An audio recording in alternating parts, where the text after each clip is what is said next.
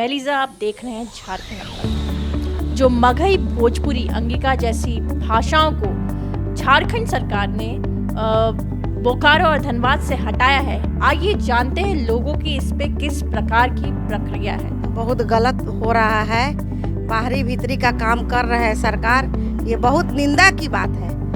आज का ये सरकार टिकने वाले सरकार नहीं है, बाहरी और भीतरी काम कर रहे हैं।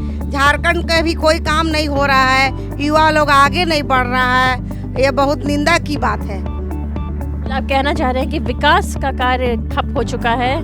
विकास का काम तो एकदम ही ठप है, कोई काम जाइए कुछ काम हो रहे हैं। इतना आज ही के पेपर में देखिए, इतना आदमी कोरोना काल में मरा, उसका सर्टिफिकेट नहीं बन रहा। सर्टिफिकेट में 200-250 बनानी है, 700 कुछ आदमी का मरा मृत्यु दिखाया है अप्रैल और मई में, तो अभी तक ले उन लोगों को सर्टिफिकेट नहीं बना है, मृत्यु प्रमाण पत्र। ये सरकार पर क्या उम्मीद रख सकता है आदमी? ये छोटा छोटा काम नहीं हो पा रहा है, सब सरकारी काम ठप पड़ा हुआ है।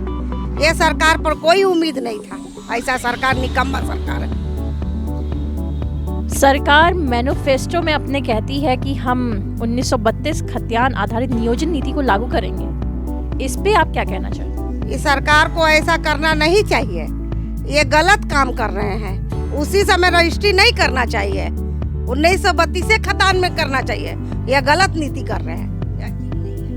जो 1932 खतियान आधारित नियोजन नीति में यहाँ के जो मूल निवासी होंगे उन्हें प्राथमिकता दी जाएगी, और जो बिहारी भाषी लोग और जो बाहर से लोग यहाँ पे आकर के रहे हैं उन्हें नजरअंदाज किया जाएगा। क्या कहेंगे? वो लोग जो बाहर से आके यहाँ के झारखंड में जो सर्विस कर रहे हैं, जमीन खरीद लिए हैं, यहाँ पर सर्विस कर रहे हैं, तो वहाँ कैसे हटाएंगे? उस समय सोचना चाहिए सरकार को कि क्या रजिस्ट्री करना उचित है, सर्विस कर रहा है उन लोग कैसे भगाएंगे?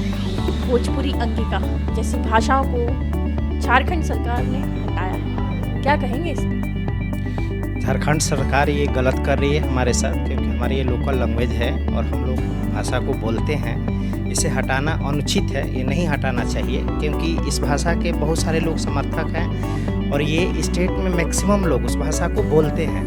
तो बोली से इस भाषा को नहीं हटाना चाहिए। भाषा के वजह पे सरकार को विकास के तौर पे काम करना चाहिए कि विकास पे ध्यान दे, लोगों को रोजगार दे, उन्हें काम दे, अदर जो चीज़ें ज़रूरी है उस पर ध्यान दे। भाषा का विवादित लेकर के जो सरकार कर रही है ये गलत है, इससे किसी को कुछ मिलने वाला नहीं है, तो क्यों करना है ऐसी चीज़ें?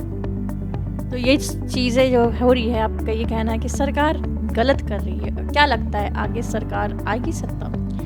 आगे सरकार को इसकी खमियाजा भोगना पड़ेगा, क्योंकि सरकार दोबारा सत्ता में नहीं आ सकती है। अगर आप किसी की भाषा के साथ खिलवाड़ करेंगे तो आपको लोग क्यों वोट देंगे फिर से?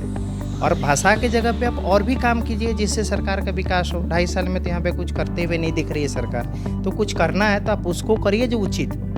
जो सरकार का, हेमंत सरकार का जो मैनिफेस्टो था, उसमें उन्होंने कहा था कि जो झारखंड के मूल निवासी है उन्हें हम प्राथमिकता देंगे 1932 खतियान आधारित नियोजन नीति को लागू करके। इस पे आप क्या कहना चाहोगे?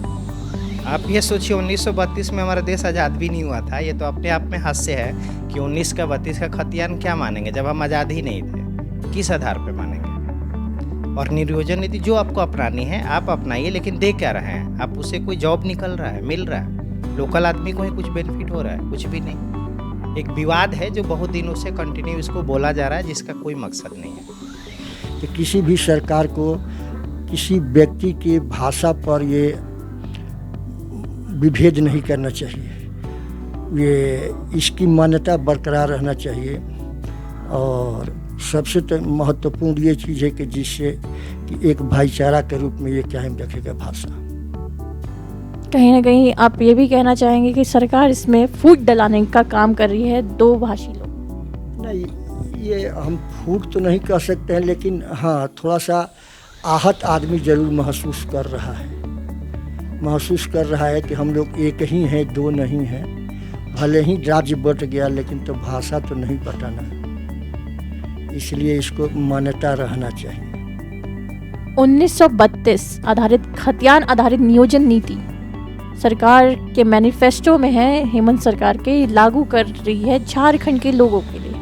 इसमें झारखंड के जो मूल निवासी हैं उसे प्राथमिकता दी जाएगी और जो मगही, भोजपुरी, अंगिका जैसी भाषी लोगों को प्राथमिकता नहीं दी जाएगी। उन्हें क्या कहना चाहेंगे?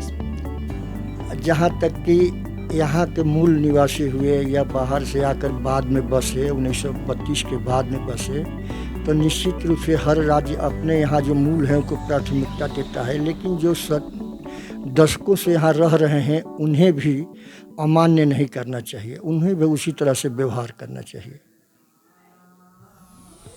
तो आप देख रहे हैं, लोग सीधे सरल शब्दों में अपनी बात रख रहे हैं सरकार के सामने कि अभी सरकार को थोड़ा समझना चाहिए, कहीं ना कहीं लोगों की भावनाओं के साथ आहत नहीं करना चाहिए।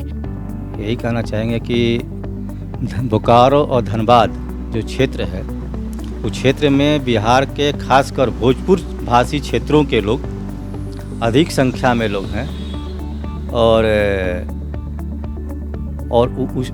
उस दृष्टिकोण को देखते हुए वहाँ से उस भाषा को नहीं हटाना चाहिए।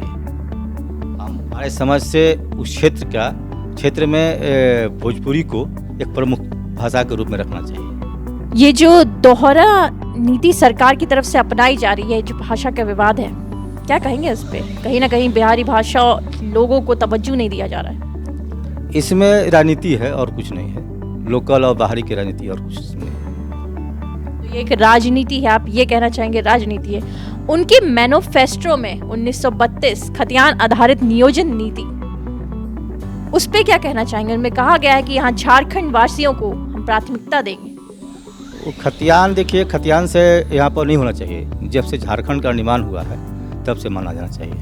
जो बिहारी भाषी लोग, तो पहले ये झारखंड और बिहार एक ही हिस्सा हुआ करता था, तो इस पे आप क्या कहेंगे? देखिए पूरे हिंदुस्तान एक है, भले प्रशासनिक दृष्टिकोण से अलग अलग क्षेत्रों में उसको बांट दिया गया है। रही बात भोजपुरी की, तो भोजपुरी माने अगर पूरा झारखंड में देखा जाए तो हमको लगता है कि 1/3 से भी ज़्यादा भोजपुरी भाषी लोग हैं और ऐसे जनरल काउंट में कीजिएगा तो 50% लोग भोजपुरी भाषी हैं। और एक क्षेत्र ही है गढ़वा, आपको लोहरदगा, चतरा और आपको पलामू आदि क्षेत्र जो है, यहाँ पर आके हजारीबाग के कुछ क्षेत्र है, गिरिडीह है, ये सब क्षेत्र भोजपुरी भाषी है, किसी न किसी रूप में भोजपुरी, इसलिए हटाना उचित नहीं है। जैसा कि आप देख रहे हैं कि लोगों की जो राय है, इसमें लोग नाखुश नजर आते हैं कि इसे हटाना नहीं चाहिए। जो भाषा है मगही, भोजपुरी, अंगिका, उसे सरकार को जो बोकारो और धनबाद जैसे क्षेत्रों में भी रखना चाहिए। कैमरा पर्सन दीपक के साथ लीजा, झारखंड अब तक।